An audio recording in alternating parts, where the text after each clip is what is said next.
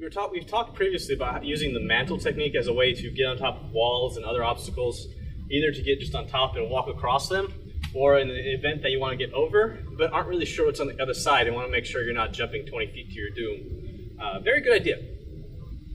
So, however, it's not a very efficient technique for getting on top of a wall when you do know there's you want to get to the other side, or you want to get there quicker with momentum. So if you're actually approaching this wall with a run, it doesn't make a lot of sense to do this kind of 2-foot takeoff and punch.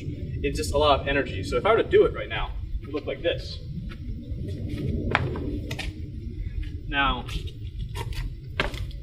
it's doable, right?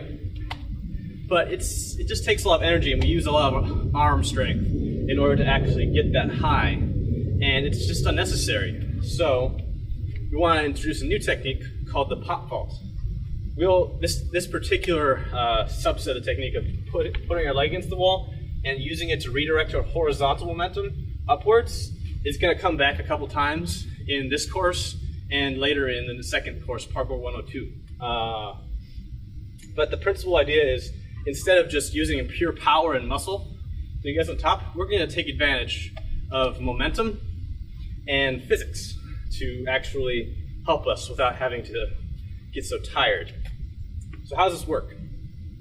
We're going to, as we're running and approaching, one of our legs is going to come up and hit the wall, and from here we're going to push in and a little bit up, or in and out. Sounds a little, doesn't really make sense almost, because if I'm pushing out, aren't I going backwards? Yes, but because you have forward momentum going, especially if you're on a run, you're going to counteract that and you're going to end up going on top of the wall. So the first step is, without even doing the run, we're just going to come here, come against the wall, put our foot against the wall, and then drive back and a little bit up. Now, to make this work, and you'll find out quickly what works for you and what doesn't, as far as what causes slippage, but we want to put our foot at a particular place.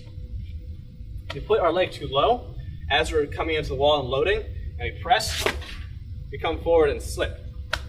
No way we're getting on top of the wall that way. If we come too high on the wall with the foot, when we drive through, all we do is kick ourselves backwards, and it's just like you're kicking a wall. Why would you do that, dude? He's going to win. So neither of those work. We want to put our foot at about hip height on the wall, like so. It's going to be a little bit higher or lower depending on how your body's built, but in general, it's about hip height. So from here, foot hip height, load your knee up against the wall, push in, and try to drag yourself up and out, like that. Being sure to have a reasonably good landing as you come down, which is, I know is a little harder because you can't see what you're doing, but still try. One more time. Foot against the wall, hip height, load in, push out, and fire back. Once that feels pretty good, especially on both sides, so be sure to work the other side too. We can move to the next phase, which is actually adding in the momentum. And at first, we're just going to be getting back into that waist position we were doing before, and from there, we'll add on some complexity and more power after we're comfortable with the mechanics of the motion. So, from a couple steps back, not really even a run, it's just a little bit of aggressive, almost like aggressive walking, if this is such a thing. Here, approach the wall, plant, and then fire, drive your body forward, hands go forward just like you do the waist position, and then drive your leg into the wall, and then it'll straighten out as you do this. So watch, approach, hit the wall, and note my leg ends up straightening out here, and I'm nice and tall, way higher than I would normally be in a waist position, just from that little bit of momentum. One more time. Here, approach, hit, up. Now I'm just so much higher than the wall that it doesn't make much sense to just not take advantage of that momentum. So first thing we can do is get into that position where we had our leg on top of the wall with a little bit quicker and a little more power, and it'll be easier for us to actually pick that other leg up and through. So next step is to do that. Coming at the wall, hit, tap, very quickly get the foot up, and from here, if you have the momentum, you can bring the other leg through very, very cleanly. like this. Much quicker than normal.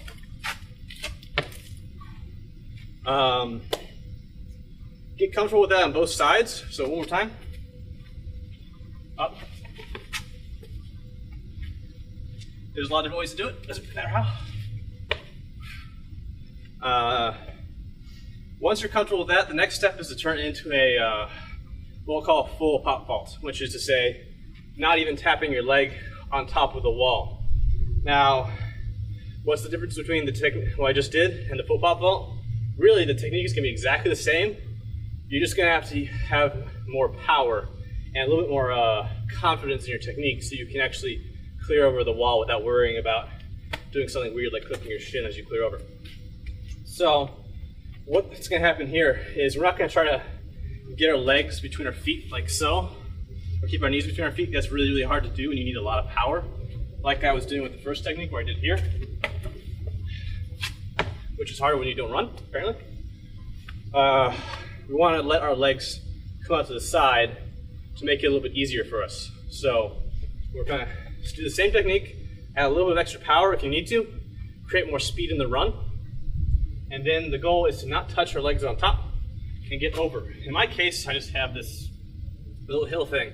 You might have something on the other side, whatever, doesn't matter, as long as it's a safe drop. So, like so.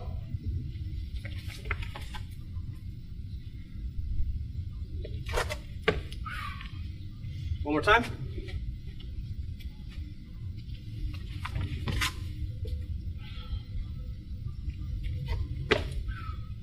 One more time just for the sake of something.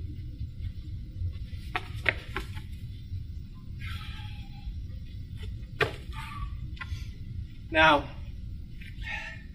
once you've gotten to that point, there's not a whole lot else to do with the pop vault other than keep refining it and getting more confident with the power.